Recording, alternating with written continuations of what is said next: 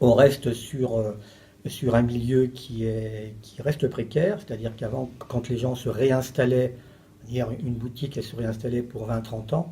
Aujourd'hui, on ne sait pas. Il y a eu effectivement un plan commerce en ville qui a été travaillé en 2010 avec l'installation donc d'un manager de centre-ville et la mise en place de différentes fiches actions qui étaient un financement tripartite, donc par le biais de l'Europe, l'État, les communes et étaient associés donc les chambres consulaires. On part sur un projet de 3500 m² de boutique. C'est bien une structure ouverte sur le centre-ville. C'est-à-dire que chaque boutique ou chaque enseigne sera accessible et par les rues extérieures.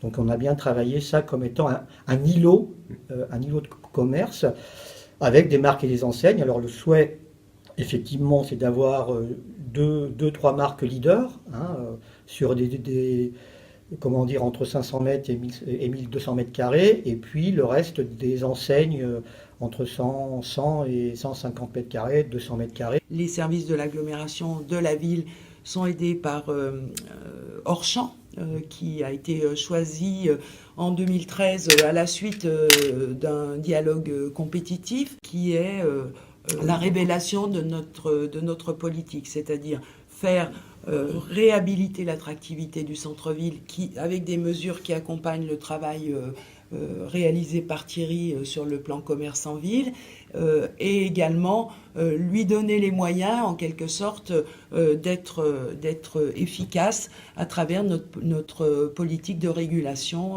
du stationnement et des mobilités. Moi, je suis vice-président de Centre Commerce Bourg, donc c'est l'association des commerçants de la ville de Bourg, qui a de plus en plus d'adhérents, donc il y a on voit une motivation de la part des commerçants de se regrouper pour créer des actions communes. Caramio, ça fait plusieurs années qu'on suit ça de près. C'est vrai que là, les dernières années, ça s'est accéléré. On a suivi les dernières réunions ville commerçant l'année dernière, voilà, tout s'est bien calé. Donc ça va être un nouveau pôle commercial qui va se créer à côté du nouveau conservatoire de musique. Donc c'est vrai que c'est un quartier qui va être amené à changer. Et pour rester un petit peu dans ce mouvement, on a décidé de prendre un point de vente, d'ouvrir un deuxième magasin sur la ville de Bourg qui sera situé près du Carré Amiot, justement pour profiter du nouveau flux qui va se créer. Donc c'est bien effectivement un rayonnement au-delà, et ce rayonnement au-delà, il doit être financé aussi par des structures extérieures. Le cœur de ville de Bourg-en-Bresse représente à peu près 650 commerces.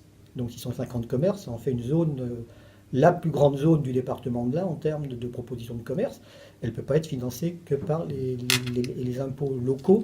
Elle doit être aidée aussi par des impôts extérieurs ou des soutiens extérieurs parce qu'elle a une dimension qui l'est.